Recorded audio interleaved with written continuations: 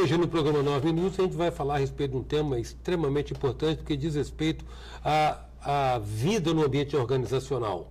O ambiente organizacional, ainda mesmo que em termos de tecnologia de informação, que já contempla perspectivas de trabalho em home office, o ambiente organizacional é aquele momento aquele ambiente que equivale ao tempo que a gente dispõe para o lazer e para a vida doméstica. É importante estar situado, inclusive, na perspectiva do mercado de trabalho. E para isso a gente vai conversar com um especialista, com um educador, consultor e escritor, professor de comportamento corporativo, Lorival Cristofoletti, com quem nós vamos falar agora.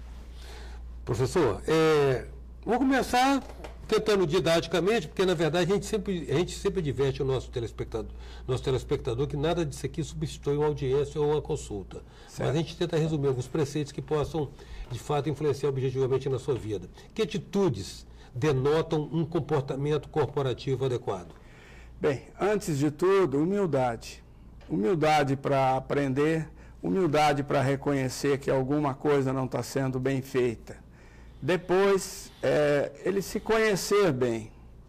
À medida que ele se conhece, ele valoriza as virtudes que tem. E aquilo que ele não é muito bom, ele tem uma rica oportunidade de investir para se ajustar melhor a uma realidade.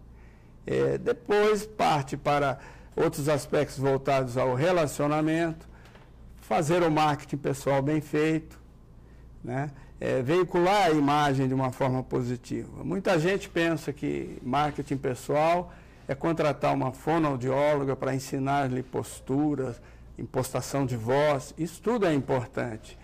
Mas o grande marketing é construído nas pequenas atitudes cotidianas, usando aquelas palavras mágicas que as crianças sabem usar muito bem. Obrigado, por favor, bom dia, perdão, e por aí vai. Então, são alguns aspectos do marketing. E também ele deve ficar bastante atento, né, para a empatia, colocar-se no lugar do outro. Eu até tenho uma expressão, empatia pragmática, é mais do que uma empatia. É fazer para o outro não o que gostaria que fizesse para você, é fazer para o outro o que ele gostaria que fizessem para ele.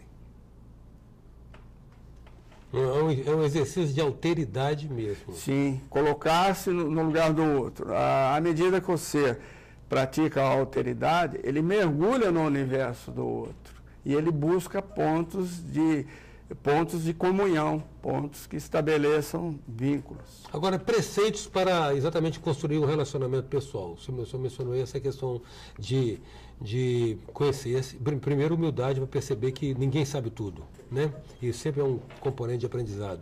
Segundo, a questão do relacionamento, a questão do autoconhecimento para entender onde ele tem áreas de excelência e onde ele tem áreas de restrição que precisa evoluir e desenvolver, né? Terceiro, relacionamento, e citou o marketing pessoal. Na engenharia de relacionamento, o que observar? É muito importante também ele estar atento que o tempo todo ele está sendo observado. O grande irmão olha 24 horas.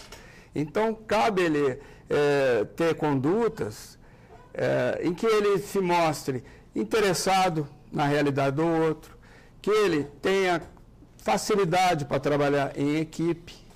Não é tão simples assim. Eu conheço profissionais extraordinários que eles são produtivos sozinhos, né? Ele acha que um é lerdo, o outro é desorganizado. Então, falta ele entender que o que se quer é a sinergia. O todo tem que ser muito maior que a soma das partes. Ele coloca numa equipe alguém que tem uma extraordinária criatividade. É esse diferencial que deve ser colocado na equipe. O outro que tem um senso de conciliação das ideias, o outro que é muito bom nas finanças ou em planejamento. Então, essas forças colocadas a serviço do grupo promovem a sinergia. E aí sim se consegue o resultado. Dizem que se dois pensam iguais, um deles é dispensável, né? Então, a questão, na verdade, é uma perspectiva permanente do coletivo. É um senso. Hoje em dia, nada mais se faz isoladamente, né? Você está sempre preocupado em conhecer um pouco mais da realidade do outro, até para complementar a sua formação. Agora, isso é um dado cultural, né? Porque o latino, não sei se necessariamente só brasileiro, tende para o individualismo, gosta de ser solista. É porque ele é ensinado assim, né? A escola lhe ensina a ser competitivo, a ter sempre ótimos resultados, a destacar-se dos demais. E dentro dessa ótica, ele acaba entendendo que ele tem sempre que bater, alguém é um inimigo a ser batido, quando na verdade, aí entra uma outra variável relevante, né? A informação, o conhecimento. Antigamente, o conhecimento era um bem valioso que precisava ser preservado, ele era valorizado, mas a pessoa tinha que retê-lo. Hoje em dia, o conhecimento envelhece muito rapidamente. Então, à medida que ele compartilha, ele mostra uma disponibilidade interior, ele sensibiliza o outro a fazer o mesmo em sua direção. Então, quanto mais ele compartilhar esses conhecimentos, de forma mais bem positiva ele veiculará a sua imagem e haverá esse senso de coletivo, haverá esse resultado aí positivo em equipe. Agora, na comunicação corporativa, vale também o preceito de que melhor sobrar do que faltar? Ou seja, mesmo que algo pareça óbvio e implícito, tácito, isso deve ser confirmado, o feedback tem que ser uma disciplina exercitada permanentemente? É complicado e é triste observar como os gestores não se dão conta e não valorizam o óbvio e o implícito. Então, eles pensam assim, eu tenho a minha equipe, ela é maravilhosa, mas você já falou isso para eles? Não, não precisa, eles já sabem, é óbvio que eles já sabem. Determinada orientação relevante é discutida em reunião e ninguém documenta. Por quê? Porque está implícito que isso faz parte das diretrizes básicas. Então, esse é um deslize muito grave que se comete com muita frequência. Então, as coisas precisam ser explicitadas, precisam ser documentadas, para que as pessoas internalizem aqueles conceitos e possam colocá-los em prática.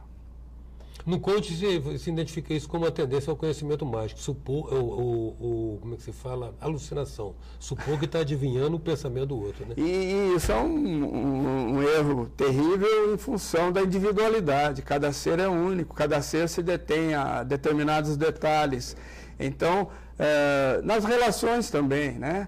As pessoas amam e não dizem, ou não externalizam, não verbalizam. Acham que está implícito. E aí, tem uma frase de Francis Bacon que diz, Deus está nos detalhes.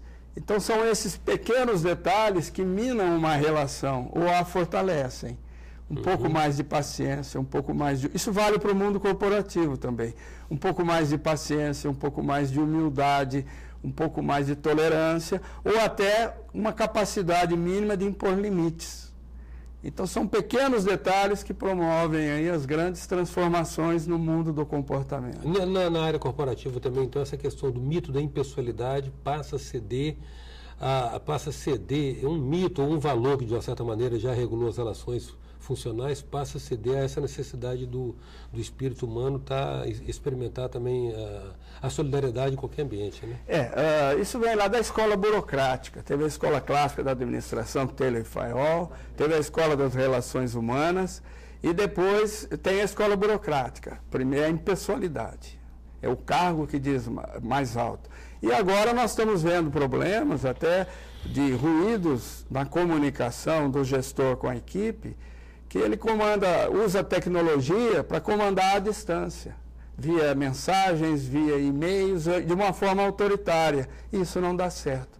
As pessoas gostam de receber atenção, gostam do olho no olho e gostam de ter a oportunidade até de dizer o que pensam. Na medida em que a relação é impessoal, fica impositiva, fica num sentido só, fica top-down, de cima para baixo.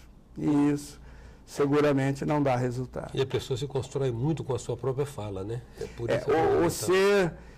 As palavras ditas são entendidas.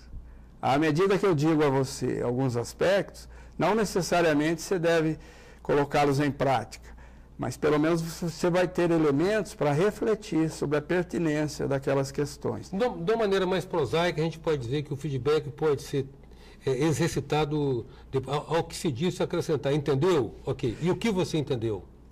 Talvez tenha uma colocação que se mostre mais pertinente. Eu me fiz entender, porque o feedback é a verdade de quem fala.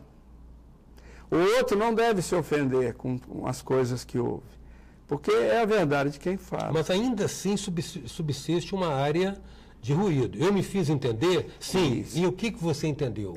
Ou então, ou o próprio emissor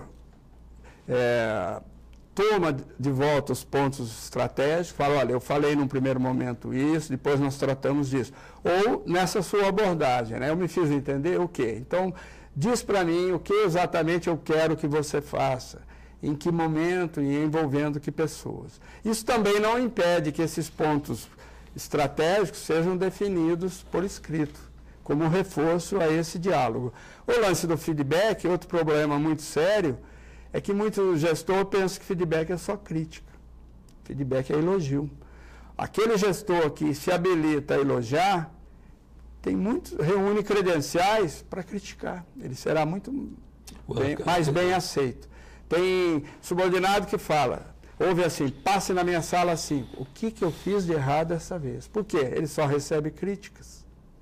Professor, a questão do marketing pessoal, o Wilson falou que vai muito além do que um mero cuidado com a aparência pessoal, uma dicção bem articulada, mas o marketing pessoal não se confunde com um tipo de hipocrisia, na medida que projeta mais se a pessoa não professar e não acreditar internamente, não tiver internalizado aqueles valores? A virtude raramente reside nos extremos. Eu gosto muito da frase com os meus alunos, nem tanto nem tão pouco. Óbvio que tudo em excesso não presta. É necessário você ter um certo comedimento. Desde que seja bem dosado, ele se torna hipocrisia se você fizer de uma forma dramatizada, teatral. A importância que tem de você se conhecer é para você internalizar esses conceitos e mudar suas condutas e seus hábitos. Se tornar valores. Aquilo se torna valor e é incorporado pela repetição. Aristóteles dizia isso. A repetição faz o. Então, aí ele se torna um valor, aí ele transforma a conduta. E o marketing pessoal não é você ficar procurando as pessoas e dizer, você sabia que eu apresento o programa 9 minutos, eu faço isso, eu faço aquilo? Vai ficar insuportável. É nos momentos estratégicos, usando as mídias adequadas, usando os contextos específicos, demonstrar o que você sabe, do que você é capaz, em que ramos você atua. Isso vai facilitar o networking. Bom, nosso tempo está esgotado, mas eu convido você, meu querido telespectador, a estar conosco amanhã na continuidade dessa entrevista com o educador, consultor, escritor e professor de comportamento corporativo, Lorival Cristofoletti. Até já. Sou passageiro.